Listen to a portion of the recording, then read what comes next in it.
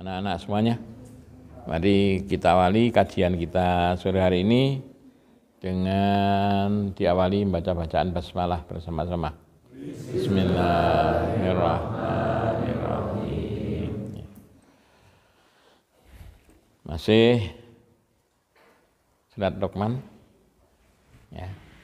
Kemarin sudah hafal sampai ayat berapa? Sampai 19 nggih. Sudah sampai 19 hafal?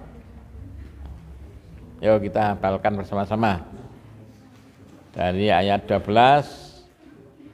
13, 14, 15, 16 sampai ayat 17 malam hari ini mudah-mudahan sudah hafal semuanya. Kak, kita baca bersama-sama diawali dengan ta'awudz. A'udzubillahi minasyaitonirrajim. Bismillah. Ataina Luqmanal hikmata anishkur lillah. Faman yashkur fa innama yashkuru li nafsihi. Waman kafara fa innallaha ghaniyyun hamid. Wa idh qala Luqmanu libnihi wa huwa ya'iduhu bunayya la tusyrik billah inna syirka la dzulmun 'adzim. Wa wassaynal insana biwalidayhi hamalathu ummuhu wahnan 'ala wahnin wa fisaluhu i'amaini anishkurli wa liwalidayk ilayyal masir. Wa in jahadaka 'ala an tusyrika bima laysa laka bihi 'ilmun fala tudihuma sahibhuma fid dunya ma'rufa wattabi' sabila man anaba ilayhi Tsumma ilayya marji'ukum wa unabbi'ukum bima kuntum ta'malun. Ya bunayya innaha in taku mithqala habbatin min khardalin fatakun fi sahratin aw fis samawati aw fil ardi ya'ti biha Allah. Innallaha latifun khabir.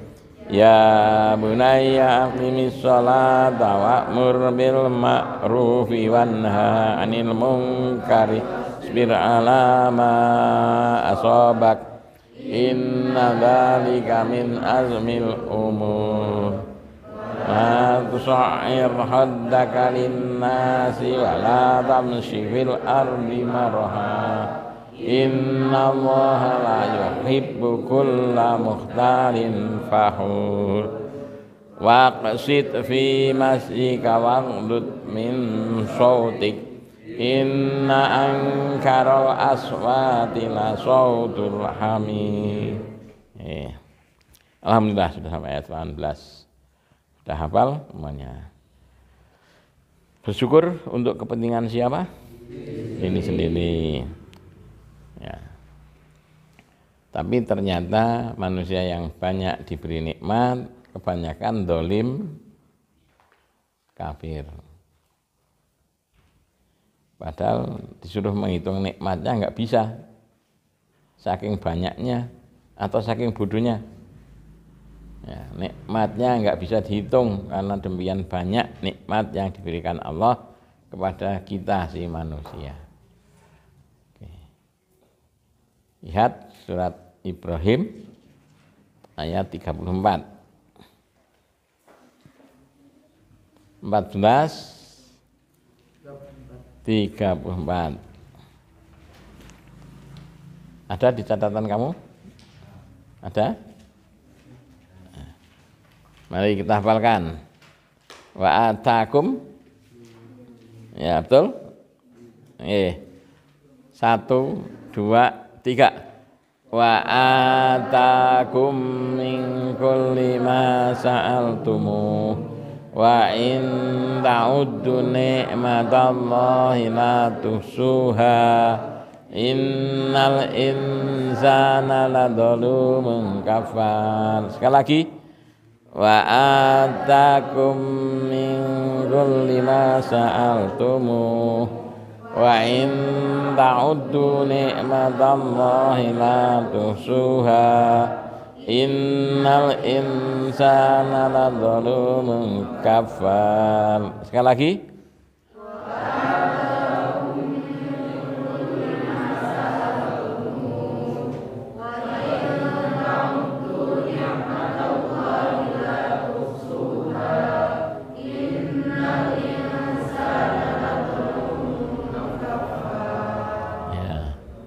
Itulah keterangan Allah di dalam surat Ibrahim ayat 34. Terjemahannya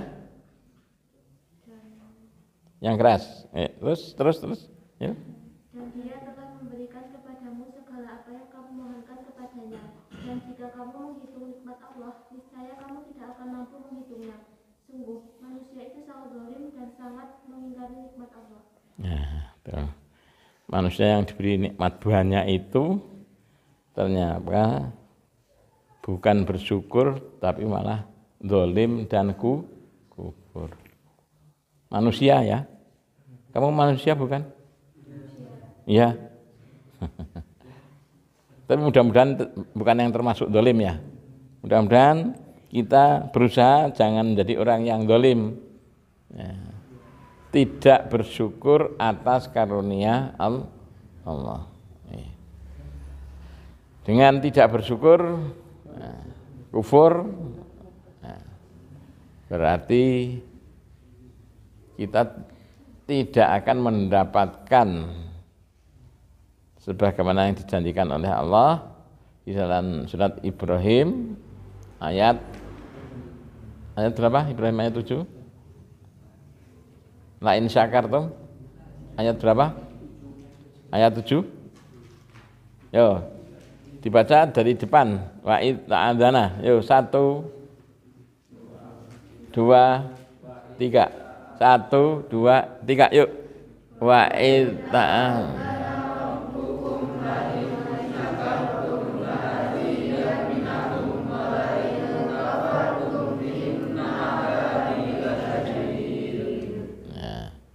Itulah janji Allah.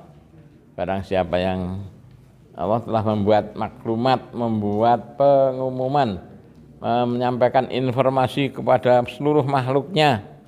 Barang siapa yang bersyukur akan ditambah nikmatnya. Pengen ditambah atau malah dihapus nikmatnya? Pengen ditambah ya? Harus bersyukur. Bagaimana mensyukuri nikmat iman? Dengan tidak mencampurkan keimanan dengan kedzaliman. Apa kedzaliman? Syirik. Berarti iman kita harus bersih daripada kemusyrikan, daripada syirik. Maka bersihkan iman kita dari kemusyrikan itu. Ya. Dalam surat berapa? Surat 6 82. Jaminannya yang membersihkan imannya dari syirik akan dijamin 1 aman dari azab. Yang kedua akan mendapatkan petunjuk. Ya.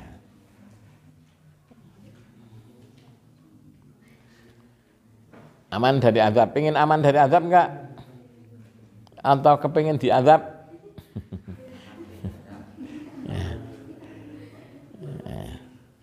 Dosa yang paling besar kenapa mesti diazab kalau syirik? Karena dosa paling besar adalah dosa mempersekutukan Allah. Ada di surat apa? Ayat berapa? Dosa paling besar 448. Oke, 448. Anisa 48. Sudah hafal belum? Yo, baca. Innallaha. Yo. 1 2 3.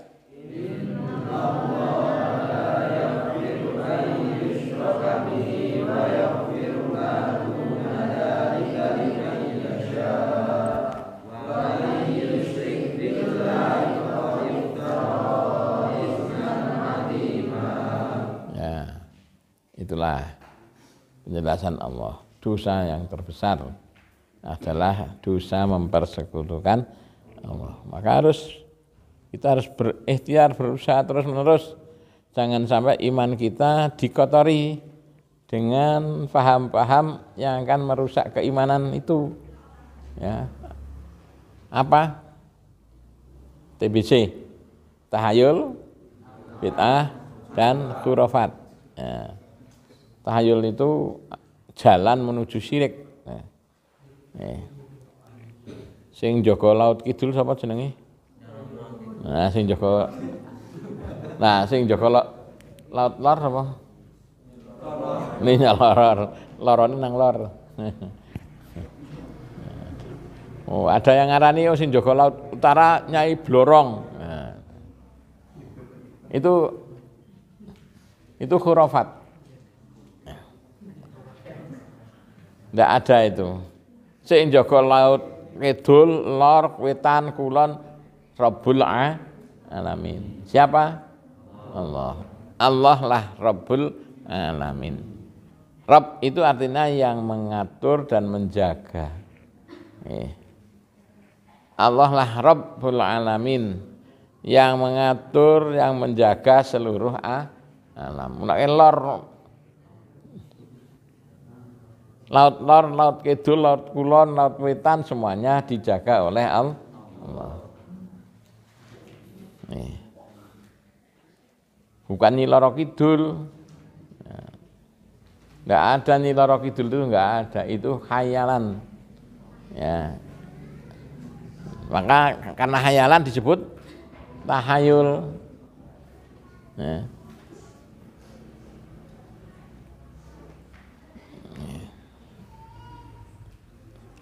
Ingat loh.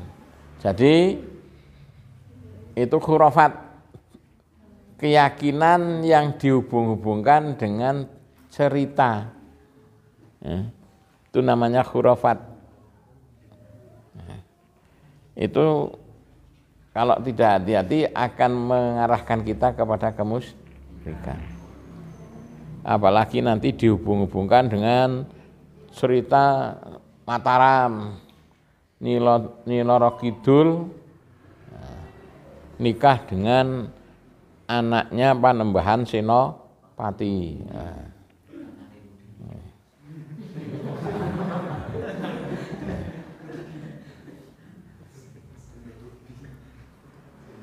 Maka katanya yang pernah masuk keraton, saya belum pernah masuk keraton.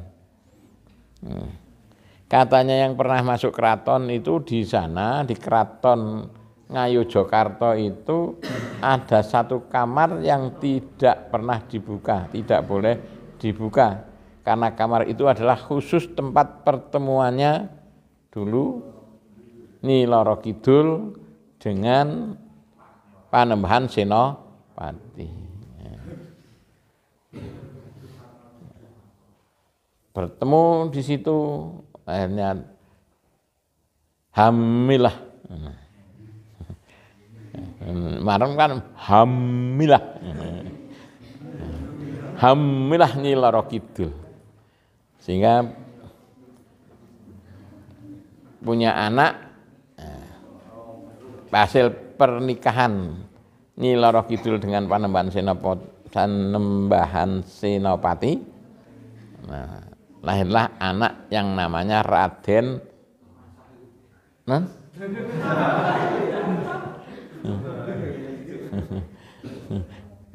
namanya Raden Rangga.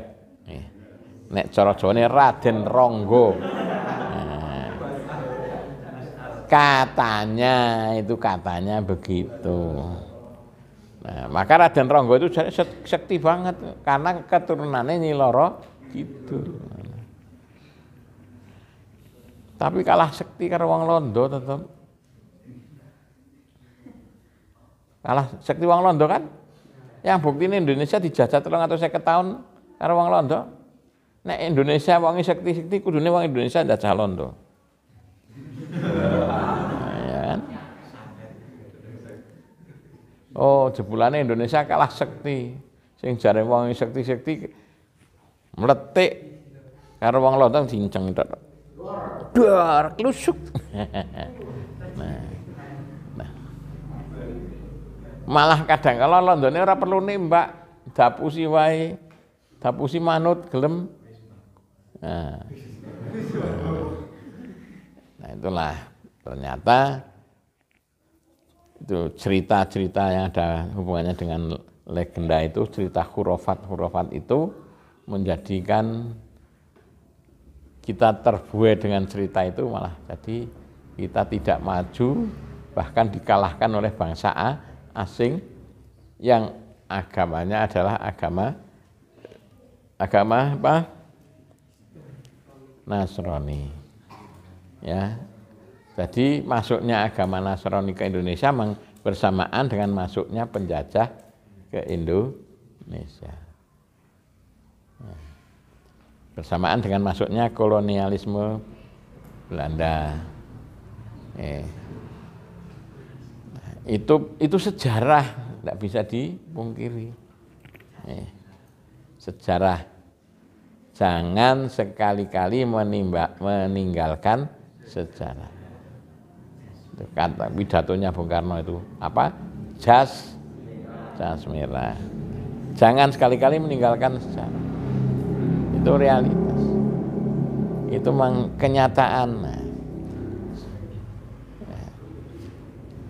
Karena Belanda itu dulu kebanyakan adalah Nasraninya Protestan, maka yang agama yang masuk ke Indonesia termasuk adalah agama Protestan. Tapi kalau yang Portugis itu kebanyakan Katolik, maka yang membawa agama Katolik diantaranya adalah Portugis. Kalau ini gereja Katolik ini, tapi kalau gereja yang di sana, sing ana tulisannya Pepadangi Jagat, itu gereja Protestan. Nanti sejarah Protestan dan Katolik lain waktu. Tapi itulah agama Nasrani masuk itu bersamaan dengan masuknya penjajah ke negara kita. Kalau yang dijajah oleh Portugis, maka banyak Katolik berkembang pesat. Tapi kalau yang dijajah oleh Belanda, yang berkembang adalah Protestan. Nah, kalau ini sekolahan Dina Upakara itu milik Yayasan Katolik. Itu milik Yayasan Katolik. Tapi kalau seperti SMP Bakti Mulya, itu milik Yayasan Katolik, sama dengan sini. Gereja Santo, Santo Paulo ya. Nah, Bakti Mulya itu juga milik Yayasan Katolik. Tapi kalau SD Kristen, SMA Kristen, ya, itu milik Yayasan Protestan. Ya. Maka itu anunya berbeda.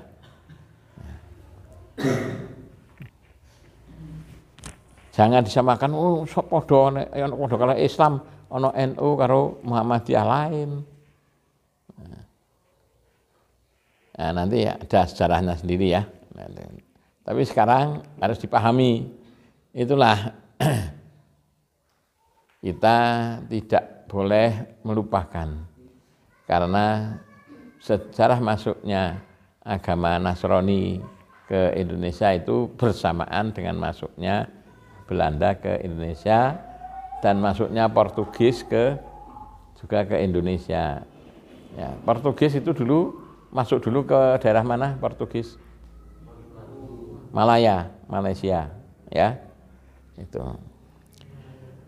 Malaya, dulu namanya Malaya. Nah, yang berusaha untuk menghambat Portugis ketika mau menjajah Malaya, ingat enggak? Siapa kira-kira? Seorang keturunan Raja Pajang, turunan Raja Demak, turunane Raden Patah, yang menjadi Demak terus menjadi Pajang. Itu yang menyerang Malaya, menyerang Portugis di Malaya, itu namanya Dipati Unus. Nah, siapa? Dipati Unus. Nah, beliau gugur syahid ketika melawan Portugis di Malaya. Dipati Unus, Adipati Unus. Nah, itu putra Pajang, putra kerajaan Pajang. Sekilas itu cerita ketoprak. Tapi itu memang sejarah ada itu. Harus kita ingat, Itu Islam memang sangat tidak suka dengan penjajah. Walaupun itu masih di Malaya, sekarang menjadi Malaysia, ya, itu kerajaan Demak sudah waspada, hati-hati ini. Nanti bisa saja nanti akan menyerbu ke Indonesia. Maka dengan pasukan Pajang kirim ke sana, dipimpin oleh Adipati Unus, menyerang Malaya untuk membebaskan dari penjajahan Portugis. Nah, kalau Indonesia yang lama dijajah Portugis adalah di sebelah timur. Nah, Timur itu jajah Portugis. Nek Jawa ini kebanyakan dijajah Belanda.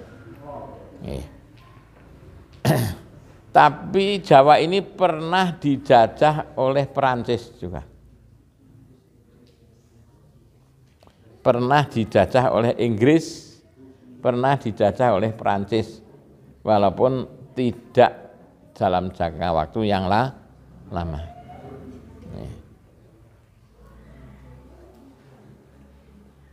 Pernah ada jalan yang panjang dari ujung barat sampai ujung timur. Jalan apa itu?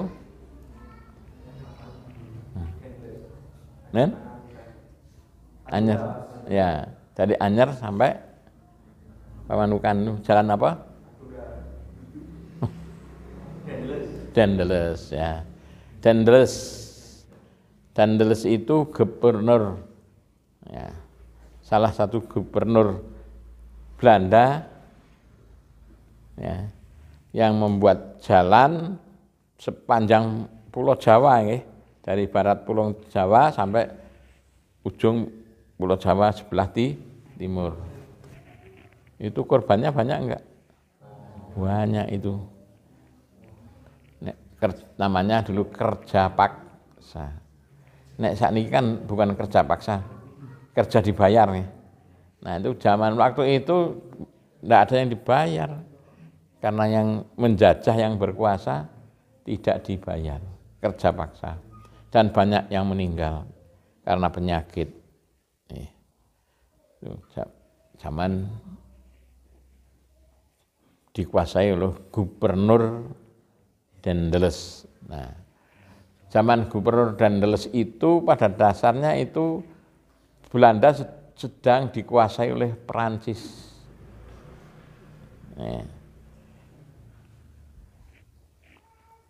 Perancis, kaisar Perancis yang terkenal siapa?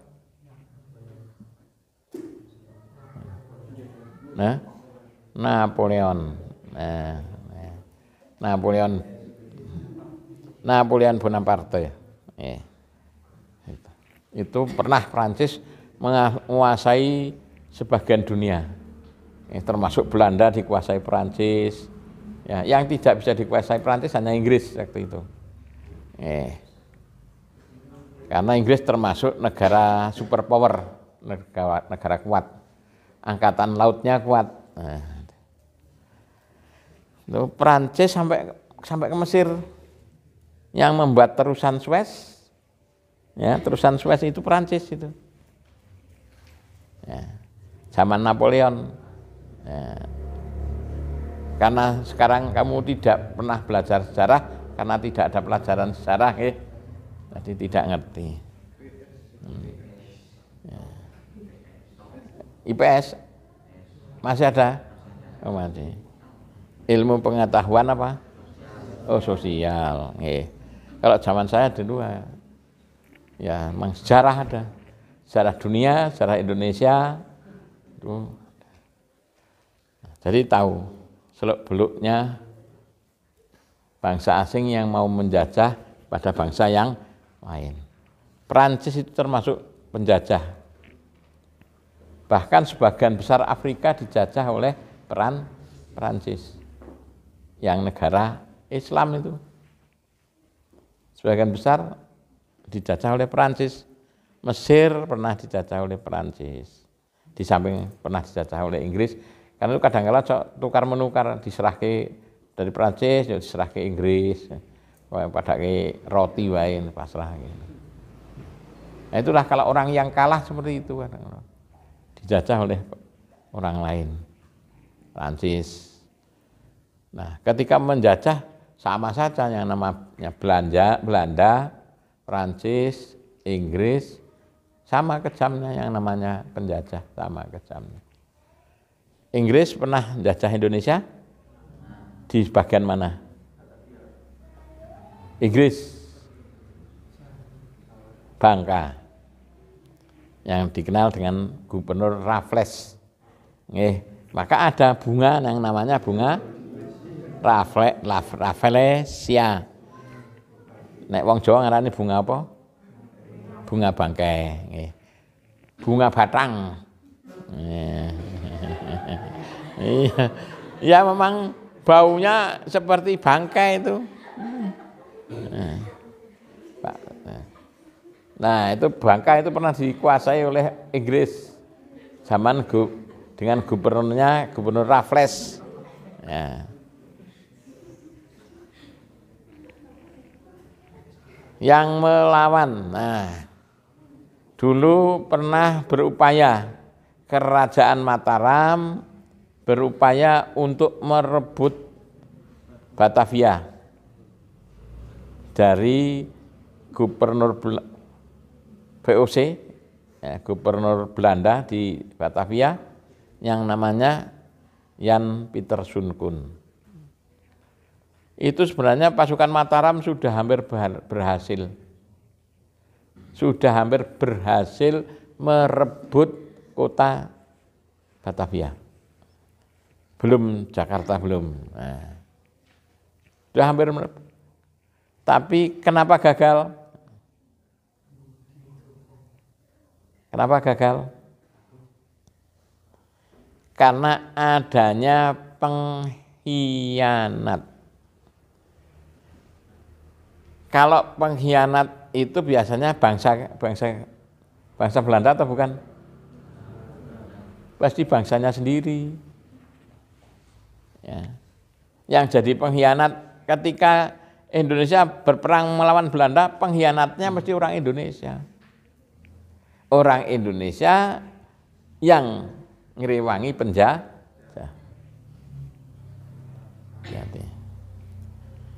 Nah, itu biasanya pengkhianat itu adalah orang yang mudah disuap.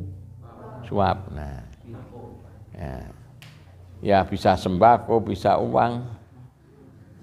Memang betul dulu orang Jawa itu katanya sekti-sekti memang betul nih geblek-geblek.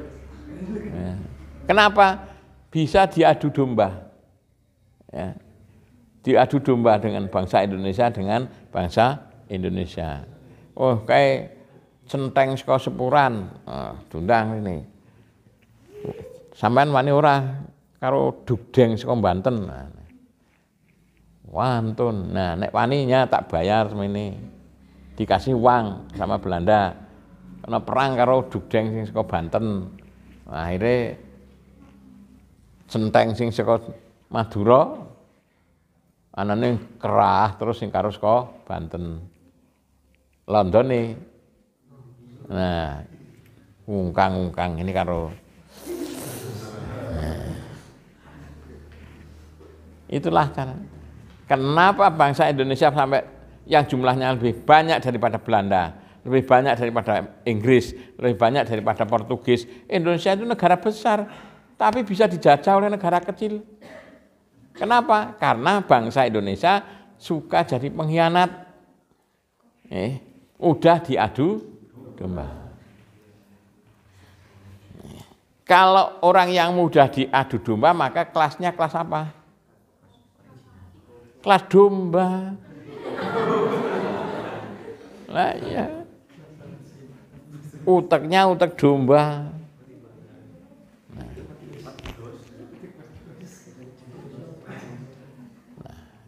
Maka mensyukuri nikmat Islam, kita sebagai orang Islam harus mensyukuri nikmat Islam. Bagaimana caranya mensyukuri nikmat Islam? Yang pertama, ya meyakini kebenaran dan kesempurnaan agama. Kita harus yakin, harus pede. Islam itu adalah agama yang hak. Inna dina indallahil Islam. Surat apa? Ayat 19. Yuk baca yuk bersama-sama. Inna dina indallahil Islam. Nih.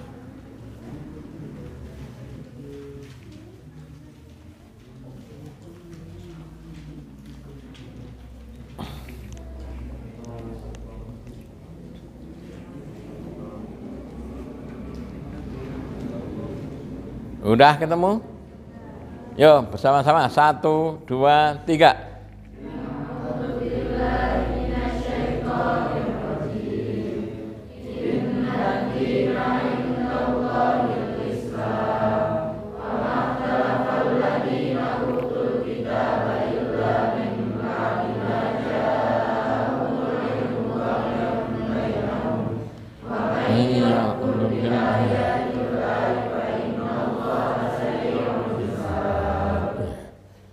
Agama yang hak menurut Allah adalah Islam. Kalau kita mencari agama selain Islam, tidak akan diterima oleh Allah.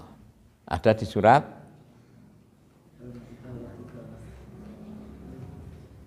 barang siapa mencari agama selain Islam tidak akan diterima oleh Allah. 385. Yuk baca 385. Wa may yabtaghi ghairal islami dinan. Yuk sudah. Yuk 1, 2, 3. Di akhirat termasuk orang yang rugi. Karena semua amalannya tidak akan diterima. Tapi dicatat, agama yang sah diterima oleh pemerintah Indonesia bukan hanya Islam. Jadi ada agama Hindu, Buddha, Konghucu, agama apalagi, lain-lainnya itu diakui sah menurut pemerintah. Nah, kita harus menghormati agamanya orang lain. Maka jangan berusaha mencoba-coba pakai bom bunuh diri njebloke gereja. Ada? Dibenarkan tidak oleh Islam? Tidak. Ya. Namanya saja bunuh diri. Bunuh diri itu tidak boleh. Pakai bom juga tidak boleh, pakai pisau tidak boleh, pakai racun juga tidak boleh. Karena patah hati, pacarnya digondol orang lain, terus bunuh diri, minum minum racun, ya, minum baygon, nah, apalagi minum Sprite, ya. Minum Sprite pun berbahaya kalau itu dicampur dengan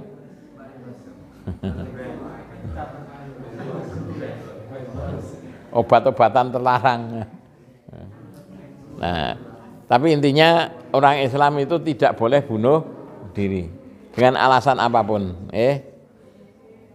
Dulu Rasulullah SAW berperang tidak, ya, tapi Rasulullah tidak pernah memerintahkan sahabatnya dengan bunuh diri, nggak ada. Ya berperang adu Arab. Berperang itu nek orang mateni ya mateni. Nah, kalau ada alasan dengan alasan jihad pakai bom bunuh diri, nah itu bukan ajaran Islam. Ya.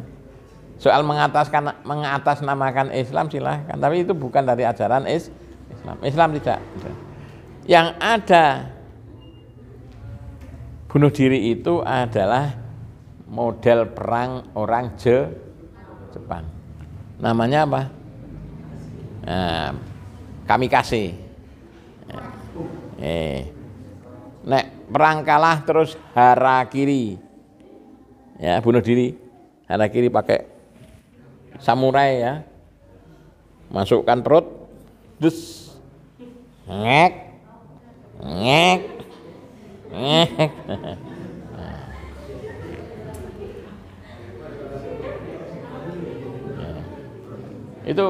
Itu ajaran dari agama Jepang, orang Jepang. Orang Jepang agamanya adalah agama apa Jepang agamanya? Shinto. Siapa yang namanya Shinto?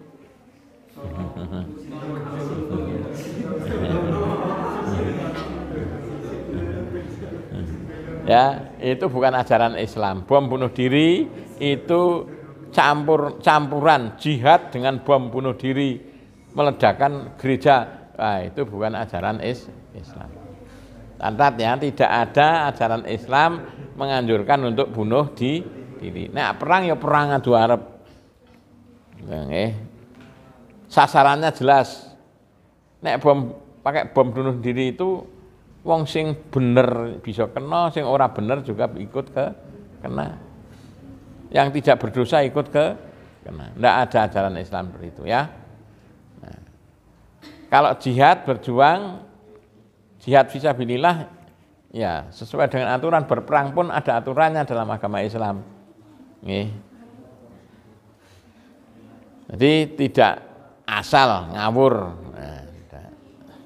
Nah, kita meyakini bahwa agama Islam adalah hak yang diterima oleh Allah adalah Islam. Tapi kita sebagai bangsa Indonesia harus menghormati orang yang beragama lain. Apakah itu gereja, apakah itu kelenteng, apakah apalagi vihara, itu agamanya orang lain jangan dirusak. Allah memerintahkan kepada kita dengan surat Al-Kafirun ya. Pada orang kafir ya monggo kamu sing senane kafir. Nah, silahkan. Bagimu agamamu, bagiku agamaku. Saya tidak akan menyembah Tuhanmu dan kamu pun tidak usah menyembah Tuhan. Tuhanku, Tuhanku, Tuhanmu, Tuhanmu.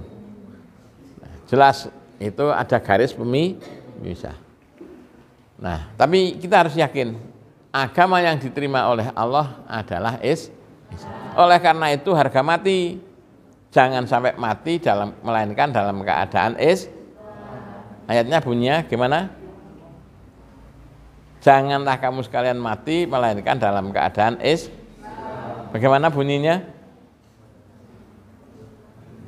Wala tamutuna illa wa antum muslimun. Janganlah kamu sekalian mati melainkan dalam keadaan Islam.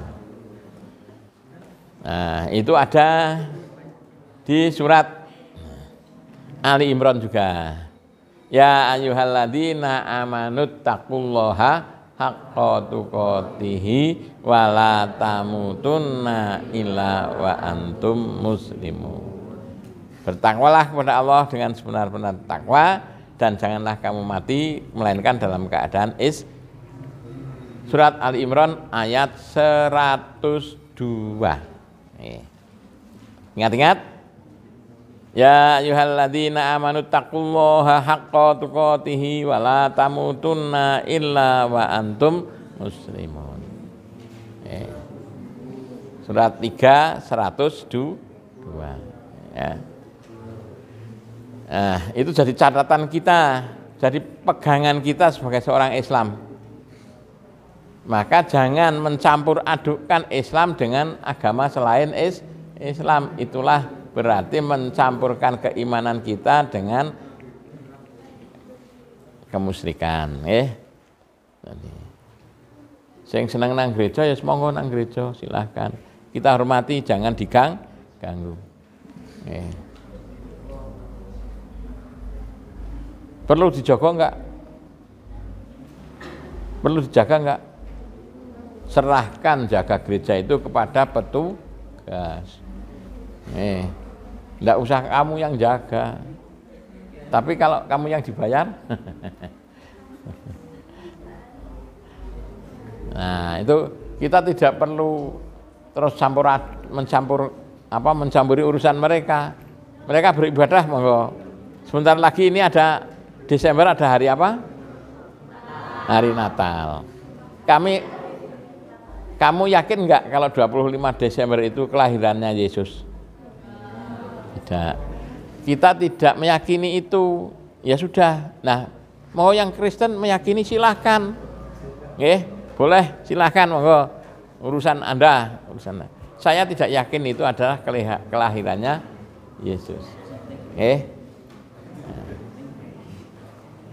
Nah, 25 Desember itu bukan kelahirannya Nabi Isa. Menurut kita. Kalau menurut orang sana ya itu. Saya kira ini dipahami dulu, mensyukuri nikmat Islam dengan meyakini kebenaran Islam dan meyakini kesempurnaan Islam. Terakhir anak-anak semua coba perhatikan dalam masalah hubungan kita dengan agama lain, kita meyakini bahwa agama kita adalah agama yang hak. Satu. Kalau orang lain meyakini kebenaran agamanya mereka ya memang harusnya seperti itu. Wong Kristen ya kudune meyakini agama Kristen itu adalah yang benar, ya kan? Tapi jangan sampai kita menganggap semua agama sama. Karena ada yang diterima oleh Allah, ada yang ditolak oleh Allah. Ada yang hak, ada yang batil. Jadi kalau sekarang muncul ada istilah semua agama sama, semua agama tidak sama. Dalam hal tertentu ada yang sama, terutama dalam masalah hubungannya dengan masalah muamalah duniawiyah. Sama, ora akon nyolong, ora akon ngerampok, ora akon ngapusi, ora akon korupsi, ya kan? Tapi dalam masalah akidah berbeda. Dalam masalah ketuhanan tidak sama, ya. Maka silahkan kalau ada yang mengatakan semua agama sama, silahkan. Tapi kita sebagai orang Islam, agama yang hak adalah Islam. Yang diterima oleh Allah adalah Islam. Soal mereka mau beragama lain, silahkan. Jangan sampai kita ikut-ikutan seperti sekarang muncul istilah seperti itu. Diisukan seperti itu, Kita harus mantap, Islam lah yang hak, yang diterima oleh Allah adalah Islam. Kita akhiri dengan bersama-sama baca bacaan hamdalah. Alhamdulillah. Subhanaka Allahumma bihamdika asyhadu an la ilaha illa anta astaghfiruka wa atubu ilaik.